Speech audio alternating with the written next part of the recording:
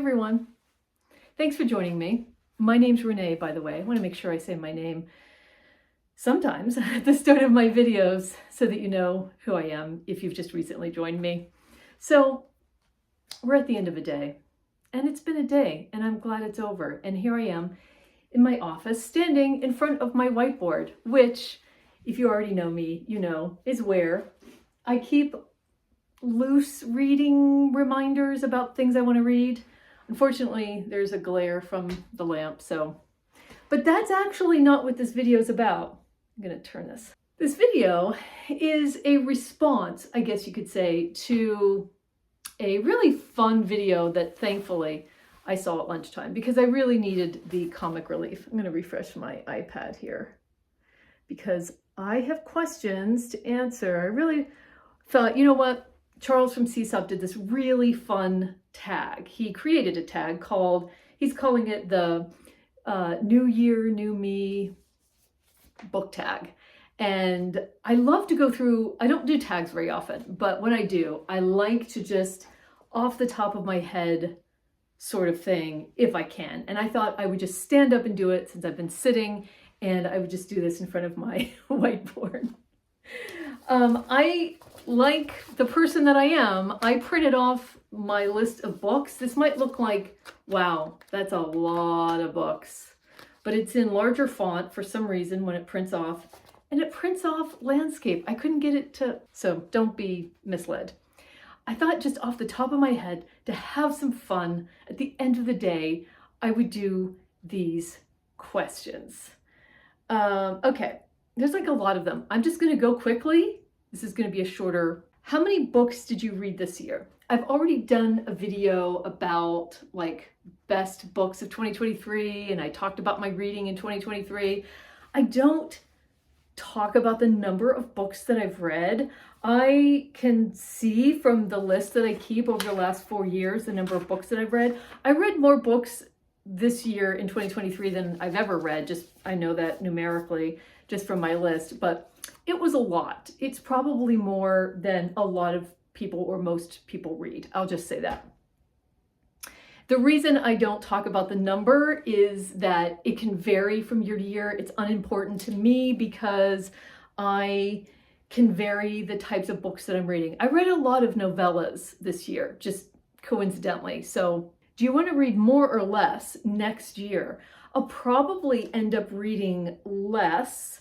I think I read a lot of books faster than I wanted to this year. And one of the things I'm trying to do is take my time with books and savor them more. I think for me, reading fast just become a habit because there's so many books that I want to read in life.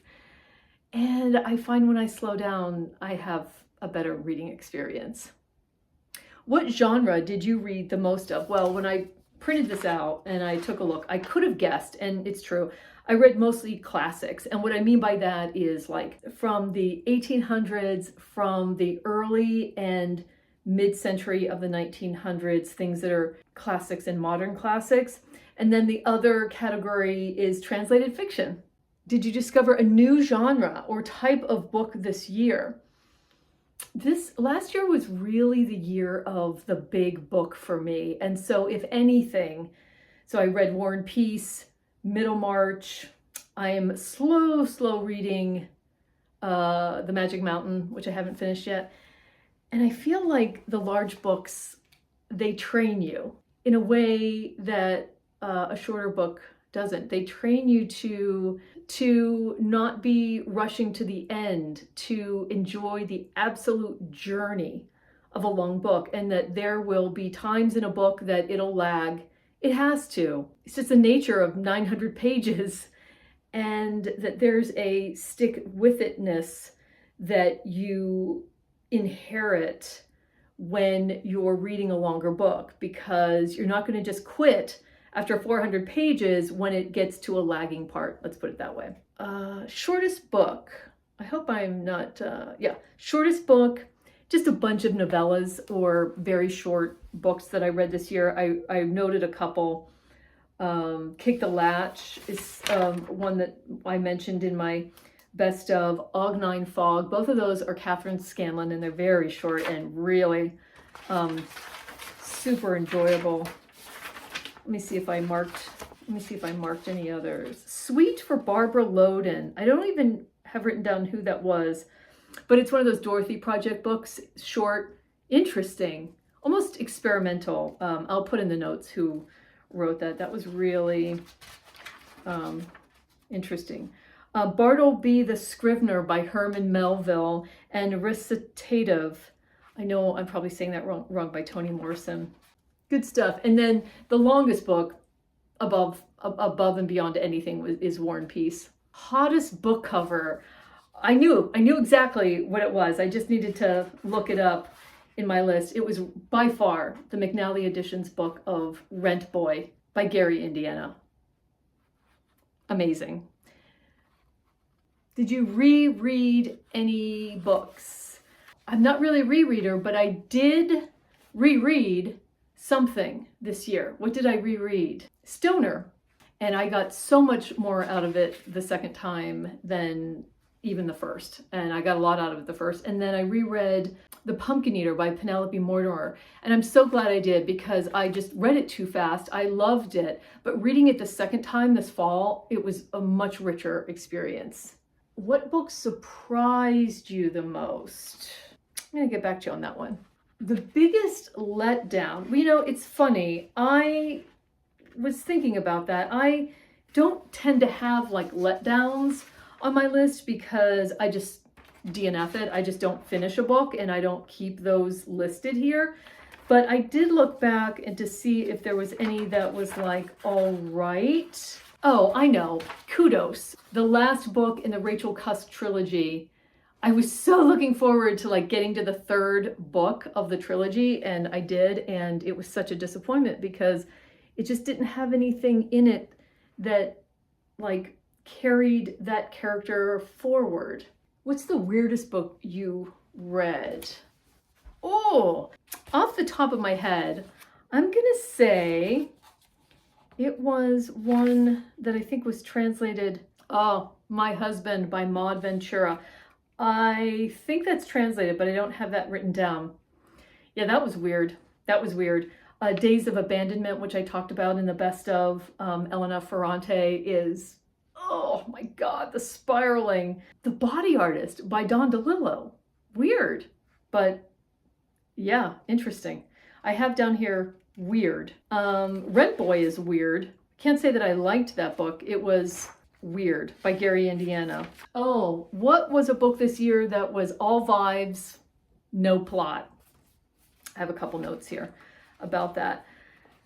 This might be debatable, but I read The Late Americans by Brandon Taylor. I feel like that was very vibey. I loved it. Not I loved it. I liked it a lot. I didn't love it as much as I wanted to. But so maybe that's a letdown. That's also a letdown. But I need to reread it. That's one of those books I feel like I read it too fast because I was so happy to have another book by Brandon Taylor to read. But it's very internal. It does have a bit of a plot. My Phantoms by Gwendolyn Riley. Very vibey.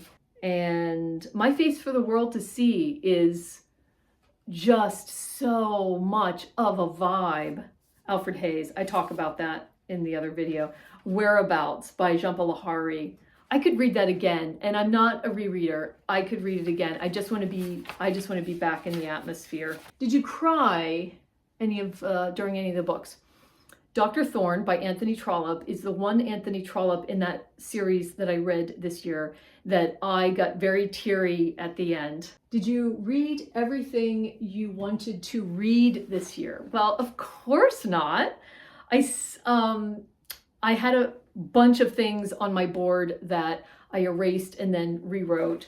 One of them was Rebecca by Daphne du Maurier, and I have just finished reading that in the beginning of 2024. So I'm glad that I got that done. But there's so many that I didn't get to.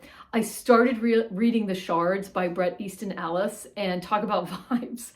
And but I want to go back to that book. I started reading it in the summer, perfect summer book, but it got crowded out and I just couldn't devote to the 600 pages, unfortunately.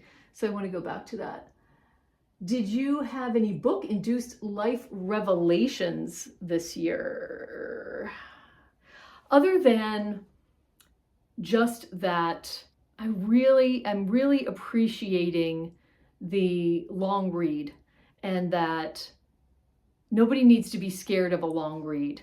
The revelation is that most of these books, most of them translated, like War and Peace and Anna Karenina that I'm reading now, Don Quixote that I hope to read someday, are, the Count of Monte Cristo, on and on and on.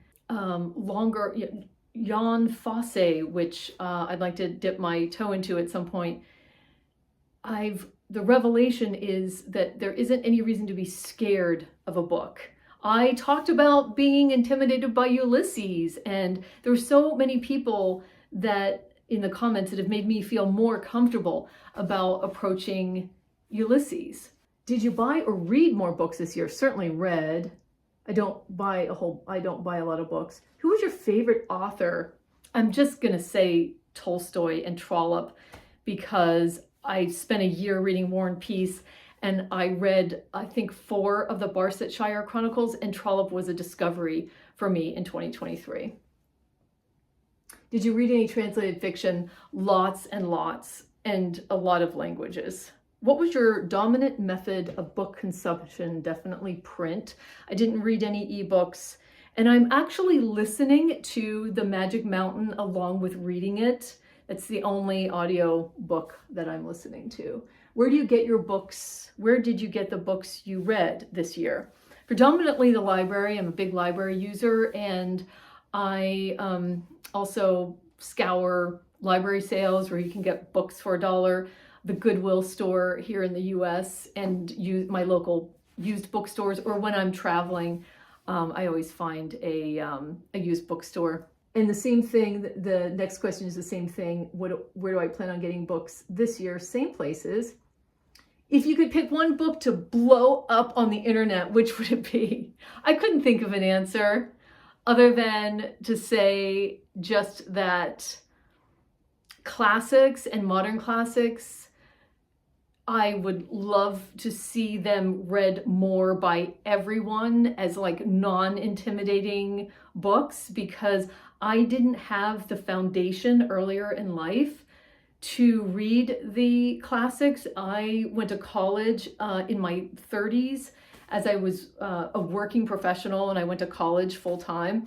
And so I was in business school. I had one English literature class, read a couple of the things from the canon then, but I really have done a lot of catching up, and I'm really enjoying it. Which unread book have you owned longest? God, I couldn't think of which one that it is, actually. What's one reading habit you want to leave behind? And I've already mentioned it, reading books too quickly. Any bookish New Year's resolutions?